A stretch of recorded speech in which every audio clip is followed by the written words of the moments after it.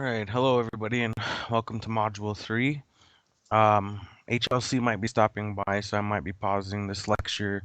So if you hear some disturbances in the recording, that's most likely why. So this week we're going to be covering Chapter 5, the Protozoa chapter. This chapter is relatively long because there's over 30 different types of infectious protozoa and even more protozoa uh, than the human infectious types available. So this might be a rather long lecture, and this quiz is actually going to be for this chapter is going to be pretty intense. So I recommend that you guys spend a lot of time working in this chapter. Here again are your learning objectives.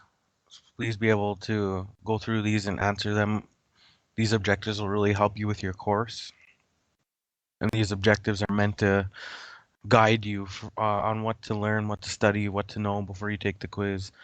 What you should do before each quiz is try to answer these objectives without looking them up, and it'll make these quizzes a lot easier for you to handle.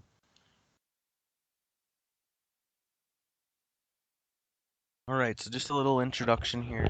The first thing I wanted to do was go through some of the terms that you guys should familiarize yourselves with before you get too far into this chapter. And I'm not going to define them because they're available for you in your glossary on page 70.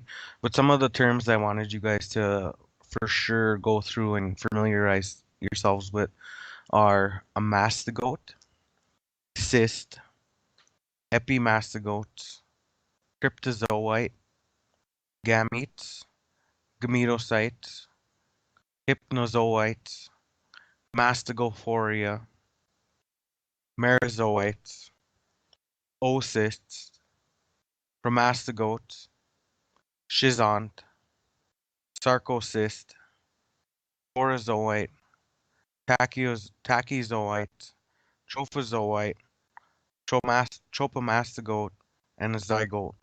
And the reason why I want you guys to familiarize yourselves with these terms specifically is because these are the different stages of the protozoas we're going to go through, the different life cycle phases. You're going to hear trophs and cysts a lot in these lectures, and that's because those are the different forms of the parasites we're going to be covering, or the different stages that we're going to be covering in this lecture. So please go through and familiarize yourself with those terms in the glossary before we get too far along. Okay, so the subkingdom Protozoa includes eukaryotic unicellular animals. So that means that these organisms are single-celled organisms. They're one cell, but they're infectious organisms. Most of these different groups of protozoa are going to exhibit morphological differentiation, and this differentiation is what we're going to be using to identify these organisms and how we use as laboratorians diagnose these different parasites. We're going to be looking at their infectious stages and characteristics of those stages, and that's how we diagnose these organisms. There are many species of vertebrates and invertebrates that harbor protozoan parasites, often without clinical signs. There are two major methods of transmission of protozoal infection, through ingestion of the infective stage of the protozoa or via an arthropod vector.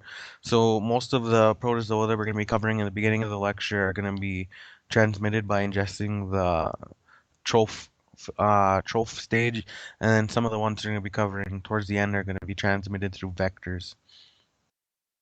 There are a few protozoa that we're going to be covering that are transmitted by sexual contact. Most of you guys probably know which ones we're already talking about because you've heard about them in urinalysis. Some of the mode of transmission is specific for these species, and then there are different groups of protozoa that we're going to be covering. There's amoebae, and amoebae are the ones that move by means of the pseudopoda. We have protozoa that possess one or several flagella that help them move. We have protozoa that move by means of cilia, and then we have protozoa that do not exhibit an obvious mode of mobility, but they glide nonetheless.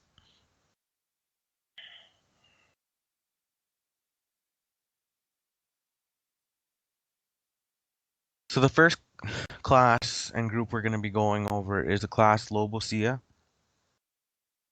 Each group of the Lobosea is going to be differentiated into different orders. So the first order we're going to talk about is the Amoebae, or the Amoebobida. So general characteristics of these amoebae can be found worldwide.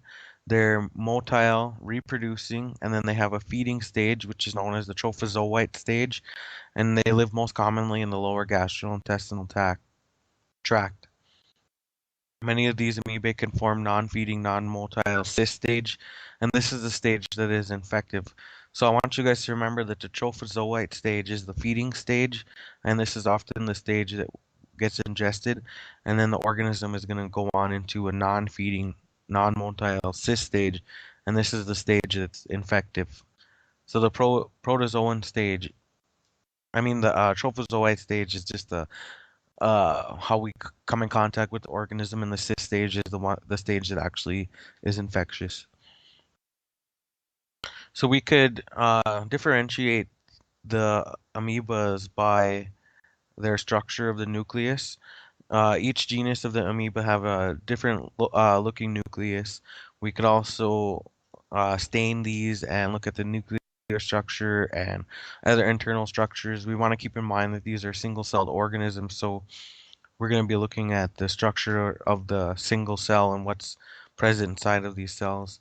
Cysts of amoebae have varying numbers of nuclei, and it depends on their stage of development.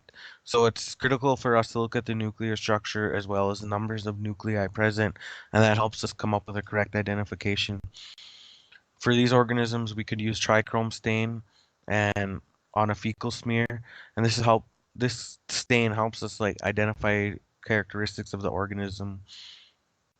We could also look at a wet mount preparation to see if any of these organisms are present. So Trichomonas vaginalis, you guys have probably heard about a few times. This organism we're going to be looking at from just a simple wet prep.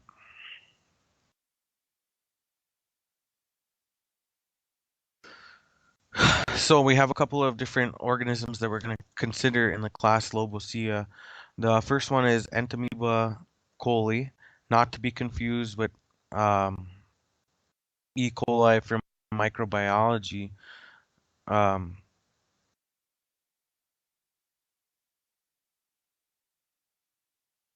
it's important to know what kind of organism you're working with whenever you think about E. coli. So when we're thinking parasites, we think Entamoeba coli. When we think microbiology and something that might cause a UTI, we're thinking of Escherichia coli. We have Entamoeba pollecki, Entamoeba gingivalis, Endolimax nana, Blastocystis hominis, Naegleria fowleri, Acanthamoeba species, and Balamutha malodularis. Now, not all of these organisms are infectious. Some of them are considered non-pathogenic. Entamoeba histolytica is not listed on here, but this is one of the organisms that causes amoebiasis. We also have Entamoeba coli. This is considered non-pathogenic. Blastocystis hominis is considered non-pathogenic. Endolimax nana is considered non-pathogenic. We also might hear of Iota amoeba bushii. This is considered non-pathogenic. One thing I want to note is that whenever I took parasitology from the University of North Dakota, these organisms were not listed as non-pathogenic. They were actually listed as organisms that could possibly cause disease. And the reason for that, I'm finding, is that some of these organisms are still, even though they're listed as non-pathogenic by this book, they still can possibly cause an infection in humans because they're going to be considered, uh, what's the term I'm thinking of? Opportunistic organisms.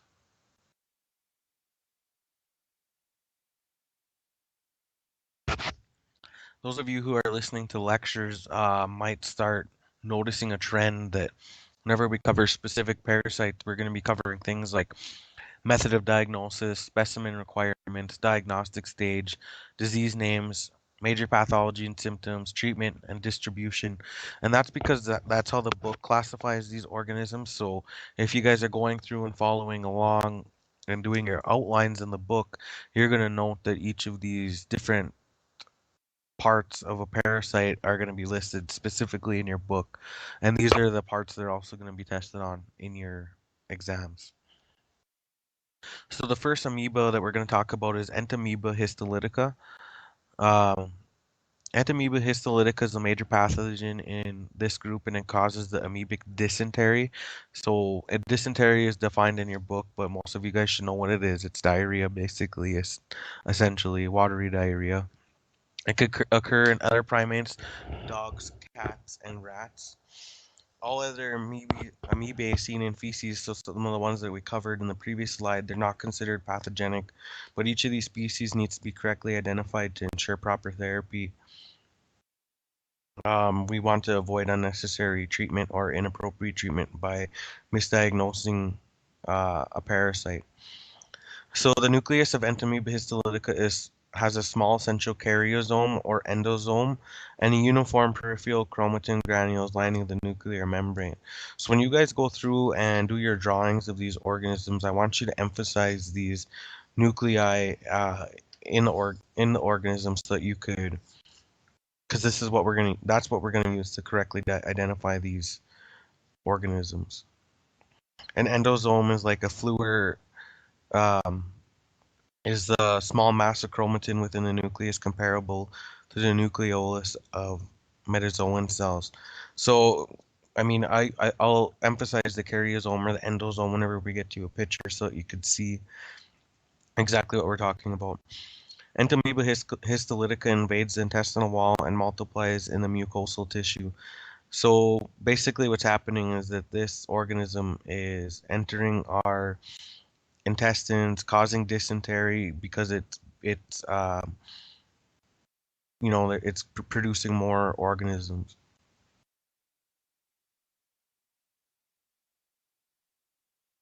So the cyst stage, remember I told you guys we're going to be covering troph and cyst stages. So the cyst stage of Entamoeba histolytica is the infective stage, and it contains one, two, or four nuclei. And this is because nuclear divisions accompany the cyst maturation. So as a cyst is maturing and creating new parasites, you're going to know that there's going to be one, two, or even up to four um, nuclei present because it's going to be dividing into a new organism. So the cyst stage is the pathogenic stage of Entamoeba histolytica. It's round, roughly 10 to 20 micrometers around. So you're going to have to see this underneath 100x uh, under your microscope. Some Entamoeba histolytica can contain cigar-shaped chromatin bars.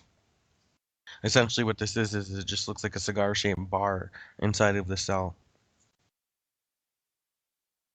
I'm not going to get into too much detail about the other amoebae that we've mentioned, like the Hartmanni, Polecki, gingivalis, but those are mentioned a little bit in your book. Entamoeba polecki is primarily found in pigs, monkeys, and sometimes it's found in humans. So that one might be something that you guys should take a little bit of a better look at. There are also two non-pathogenic species found in the intestinal tract, and those species are Endolimax nana and Iotamoeba bushii. So here I just took a